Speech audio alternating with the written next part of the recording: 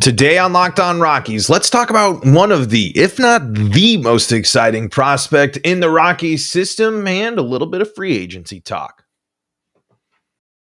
You are Locked On Rockies, your daily Colorado Rockies podcast, part of the Locked On Podcast Network, your team every day.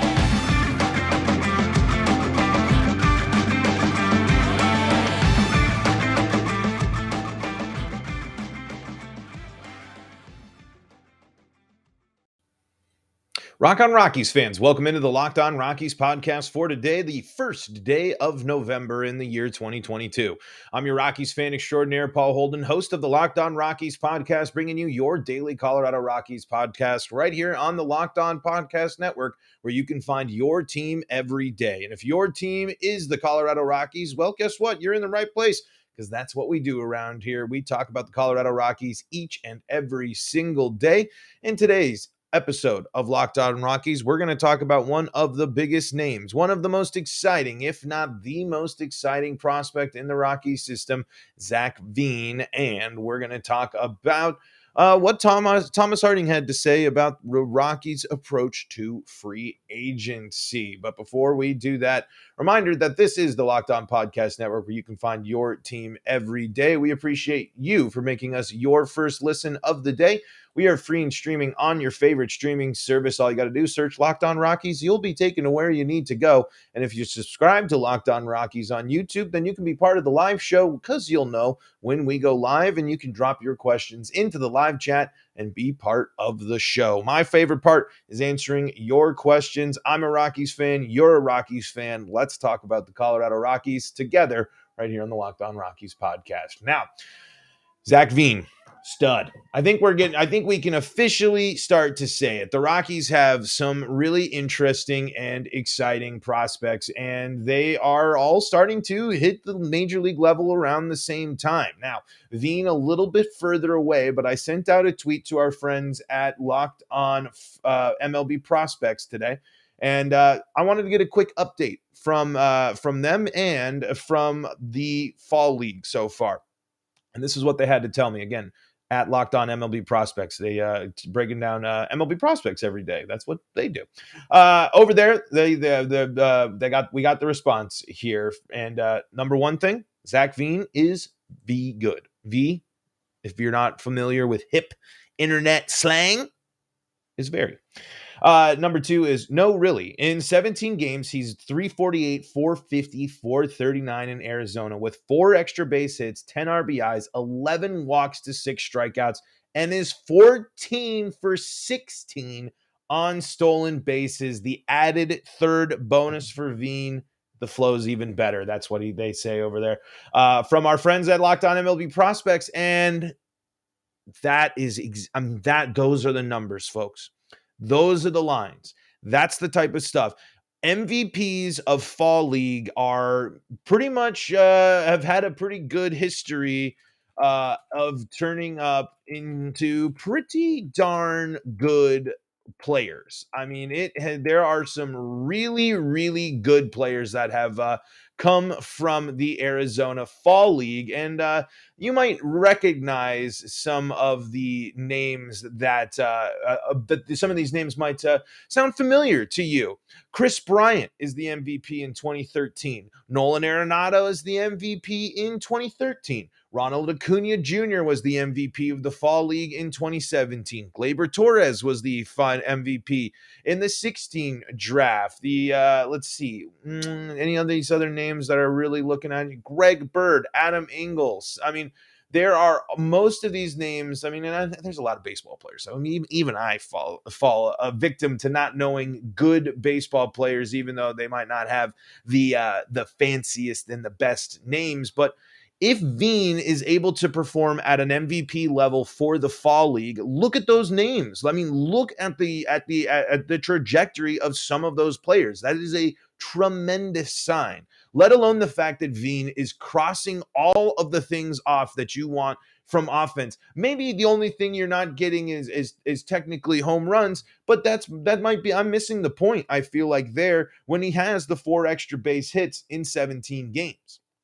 On top of that, even though he doesn't have Most of his hits might not be extra bases. He's still batting almost 350 across 17 games. That's a solid sample size. That would be a solid call up in and solid amount of plate appearances if he was to have a stint with the Rockies for, say, an injury or something like that. There are so many aspects to be excited about by Zac Veen's game that you can't help but sit here and think that the Rockies might be on the cusp of something great again. They've been able to do this before. They've had this isn't that big of a surprise from within this organization. They have been able to develop certain great talent, and Veen has been awesome. Zac Veen in the season as well. He batted over, and he got 466 at bats this year throughout his minor league time. 245 average, 340 OBP, and an OPS of 724. He hit 12 home runs in that time, had 67 RBIs with 55 stolen bases. Him being a base running threat that can get on base, that can also swing it, and as an outfielder, those are the elements. That is part of the DNA of what you want for a Colorado Rockies outfielder. Zac Veen is what you're looking for. If you could get Zac Veen to hit 20 home runs a year, perhaps, if you can get him a little bit more power in that, but even if, say, he tops out around 12, he's not a big power leave the yard guy. I'll be fine if Zac Veen is in that 12 to 20 home run range if he's leading the team in doubles. If he and with this speed and base running ability, the triple factor with playing at a place like Coors Field, the tools and what is working for Zac Veen is going to work at Coors Field, and it is going to help the Colorado Rockies. This is an exciting outfield prospect that's going to come into a system that is going to have some good veterans to teach it what to do. And if he's not necessarily what we're looking for in power, maybe you're going to get that more from Montero. Maybe you'll get that more if Tovar starts leaving the yard, or Tolia as well. If Montero and Tolia are supposed to be the future of your power and the ones that can drive it, we know Montero can hit home runs. He kind of did it a couple of times at the major league level this year. Then if Veen is more of the extra base hits, hit for contact, but hits in the gap and plays good defense with great speed in the outfield, that is the DNA of a Rocky center fielder. That is what you want for your center fielder at Coors Field and for the Colorado Rockies. Really, really exciting stuff coming from Zac Veen. Now, the question is he going to play for the Colorado Rockies this coming season? Well, that's an interesting question. And again, I think it kind of stems with all of our conversations about what are the Rockies going to do? Who's sticking around? Who's making this lineup? Who's playing what role? As you could see, there's a lot of arguments to be made for multiple different lineups. And we'll talk about that here in just a second. But before we do that, got to tell you about some of the people that make this show possible. And that includes BetOnline. BetOnline.net. That's BetOnline.net is your number one source for betting football and the basketball season, hockey season, baseball World Series. If you want to get in on the action, BetOnline is the place for you. Why? Well, they got the latest player developments. They got the team matchups, the odds, the lines, everything you need to know to figure out what is the best way to approach your betting when it comes to each matchup for each team. They got news, they got podcasts, they got in-depth analysis on every single game.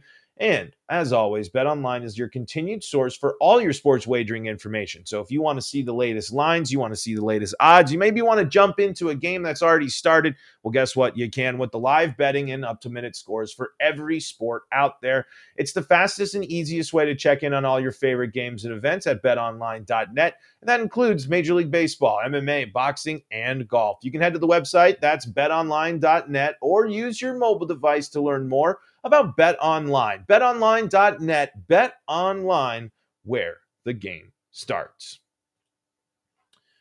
What do the Colorado Rockies do next year if Zac Veen continues to dominate and has a strong spring? Is it going to be too soon to bring him up to the major league level? And when do you bring him up to the major league level. I think, me personally, I think the approach should be he goes and starts the year in AAA, maybe if not AA, after playing with the Rockies throughout the spring. Zac Veen should be playing for the Colorado Rockies a lot this spring, as much as he possibly can, while also getting the Rockies in shape and in tune for there. I don't think he's going to make the roster on opening day. I think the Rockies have enough depth and enough of a log jam already figuring out what their outfield is going to look like, while incorporating a player like Michael Toglia in there as well.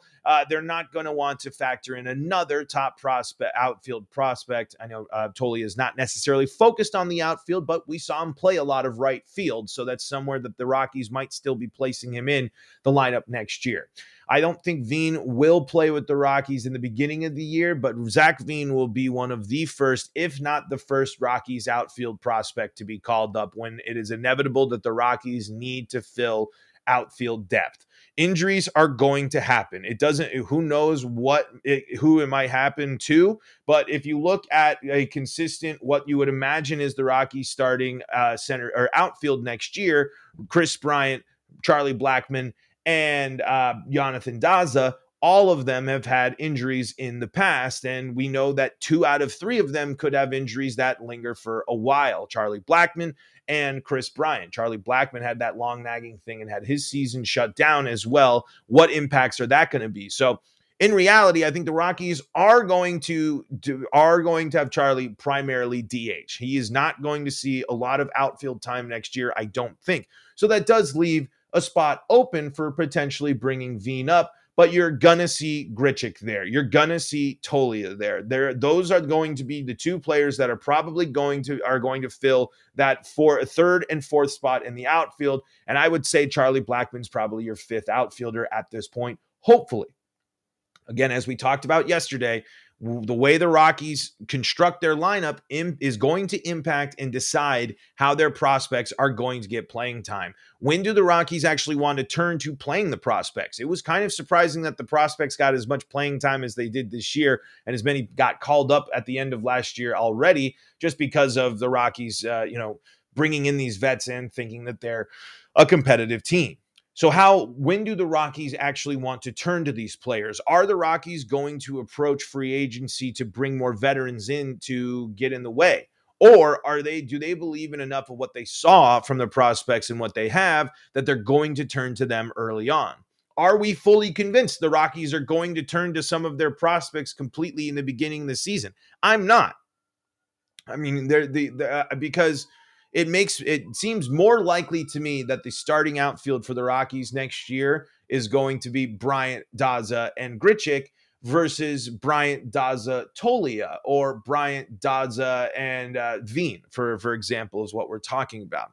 I think Veen needs a little bit more time just to keep figuring things out, and we need to ease him in. We can't just drop the immediacy and the importance of how impactful Zac Veen can be without just making sure that he's good and ready. And just like, take for example, again, we always circle back, and I don't Veen's not on the same level in terms of national scale, national perception, but the Mariners didn't rush Julio, and then when they were confident and fully knew after seeing him a good chunk, getting a good look at him in 21, they were confident that they knew going forward that Julio is the guy. They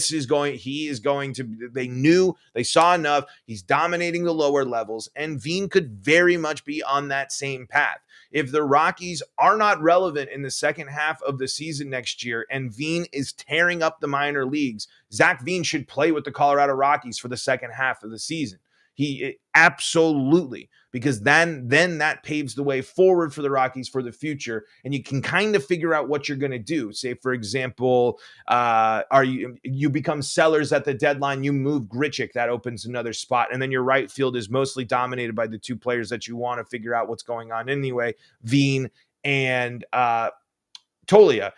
You might even put Daza over if you like Veen's defensive abilities more in center field. Chris Bryant might move over to right field, and you see the younger guys play left field. There's plenty that the Rockies can do and ways for the Rockies to get Veen on the roster and onto the line and into the lineup. but it's going to come at the cost of the Rockies not in a position of success next year. I don't think the Rockies, Veen is going to get a shot. Zac Veen will suit up. To answer the question, the overall question of this podcast, yes, Zac Veen is going to play for the Colorado Rockies next year. When, where, in what capacity, all of that varies on how the team is performing. Does the team make any moves? What do they do this offseason? Because it is, what are they going to add? Because a team that needs a power outfield bat, what does that mean for the future of Veen and Tolia and, XYZ prospects that the Rockies had already committed to and went for? So that's kind of the stuff that we have to consider there. But overall, there's not a doubt in my mind that Zac Veen comes and plays for the Colorado Rockies. And boy, oh boy, can I not wait for the Rockies to have someone who's going to be a base stealing threat. I think the Rockies should embrace the hit, especially at home. They need to do things to generate offense more, and a player like Veen can do that, not only by swinging the bat, by running. And I thought the Rockies have critically underused a lot of their players to do this. The Rockies need to steal more bases, and I'd love to see the Rockies get more aggressive in using things like hit and runs and other things to generate offense, small ball as well. No shifts next year should be an opportunity for the Rockies to thrive. This now should be back to traditional Coors Field up baseball. There's going to be, hopefully we're going to see the Rockies be a team benefit from the absence of the shift because of, just the randomness and the science of baseball, just from the Rockies being able to put things more in play, maybe a little bit more carry and things of that nature. I really hope so. But we're still going to see elite defenses. We're going to still see elite defenders out there as well. So lots of questions, a lot of interesting theme as well. And it's really going to be interesting to see how the Rockies handle Veen and what they do this offseason. And Thomas Harding gives us an inside look into the Rockies' plan for free agency. Just something brief, just something short. We'll just so not the biggest look, as the Rockies still kind of have the same type of things we've talked about before. We'll talk about that after this. We are the Locked On Rockies podcast. You can find us free and streaming each and every day right here on the Locked On Podcast Network. You can hop into the live chat just like at Rocks Hot Takes. Veen can learn a lot from Bernard for base stealing in AAA. He can, but at the same time, Veen is stealing bases. I don't necessarily know how much it comes to how much more he needs to learn. It's maybe is it going to translate to the major league level? Zac Veen is 14 for 16 in the fall league right now in stolen bases, and he had over 50 steals last year. I mean, Bernard might be able to give him some clues on how it works up at the major league level after his stint for sure, but Veen is going to be locked and loaded as a base stealing threat. So Thomas Harding here is writing about what the Rockies might do in free agency. And he talks about some possible Rockies targets. We talked a little, he says the Mets' Brandon Nimmo ranks at the top of the team's potential free agent targets. He's coming off a career year and checks many boxes: left-handed production, on-base ability, speed, and strong defense in center. His Cheyenne, Washington roots only add to the intrigue. There will be plenty of bidders. Another experienced candidate could be the Padres' Trent Grisham, whom the Rockies considered in the first round in 2015. He was selected by the Brewers 15th overall. Grisham struggled to a 184 batting average in 2022, but hit 17 home runs and drew a healthy 57 walks.